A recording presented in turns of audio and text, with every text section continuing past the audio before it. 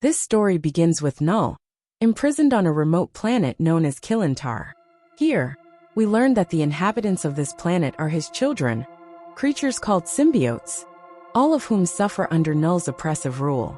But when his tyranny becomes too much, the symbiotes rise up, imprisoning KNULL to gain their freedom.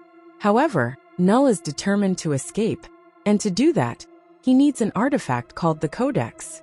This codex was created by one particular symbiote, Venom, now merged with a human host named Brock. Together, they share a life on Earth, with Venom living inside Eddie as a parasitic force. Desperate to break free, KNULL devises a plan, dispatching powerful creatures known as xenophages across the universe to find the codex and return it to him. Yet there's a twist. The xenophages can only locate the codex once Venom has fully taken control over Eddie's body. The scene shifts to Eddie, sitting outside, engaged in a conversation. Out of nowhere, a portal appears, pulling him in and transporting him to a new reality, a parallel universe, which is also Earth. But here, Eddie faces a shocking revelation. The world is on a hunt for him and his symbiotic companion. Eddie and Venom decide to head to New York, planning to blackmail a certain individual who could help them escape this dangerous situation. But before they leave, they stumble upon people preparing to throw innocent dogs into a brutal fighting ring. To save the dogs, Eddie and Venom leap into action, easily overpowering the attackers, and in the end, Venom devours their heads, rescuing the dogs in the process. As they resume their journey to New York, Venom begins to take full control of Eddie's body. This, however, signals a nearby xenophage to their exact location.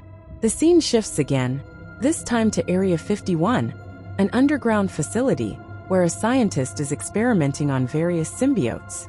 Alongside her is Rex, a soldier curious about the symbiotes and their purpose on Earth. The scientist explains that symbiotes, like parasites, can bond with other living creatures, although finding the right host has proven difficult. Just then, she receives word of a man who has bonded with a symbiote, although he refuses to share much about his experience. The scientist suspects this silence is due to the symbiote abandoning him, leaving him to die. In an attempt to uncover more, the scientist pairs this man with another symbiote, revealing that all symbiotes are children of KNULL, who once tried to destroy them. Instead, the symbiotes rebelled and trapped KNULL, achieving their freedom. Now KNULL wants the codex to break free, which has since become the key to his imprisonment. The story shifts back to Eddie and Venom, who are now on the move. With Venom in full control of Eddie's body, a xenophage locks onto their location, pursuing them for the codex. They engage in a fierce battle on top of a plane, and in a climactic moment, the xenophage meets its end in the plane's engine. Realizing the risk, Venom becomes cautious about maintaining full control over Eddie, aware that doing so attracts xenophages. He explains this to Eddie, letting him know why he must avoid taking over completely.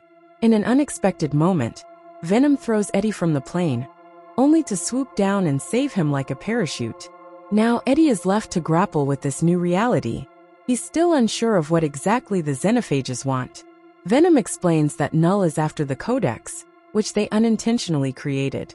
Should either of them die, the codex, and with it KNULL's chance at freedom, will be lost forever. As the two process this revelation, a group of soldiers from Rex's team spot them. These soldiers are on the hunt for symbiotes like Venom that have bonded with humans and can communicate with them, hoping to uncover the true purpose behind their arrival on Earth. Though Eddie isn't particularly strong, he finds himself fighting to escape, desperate to survive and protect the codex from falling into the wrong hands.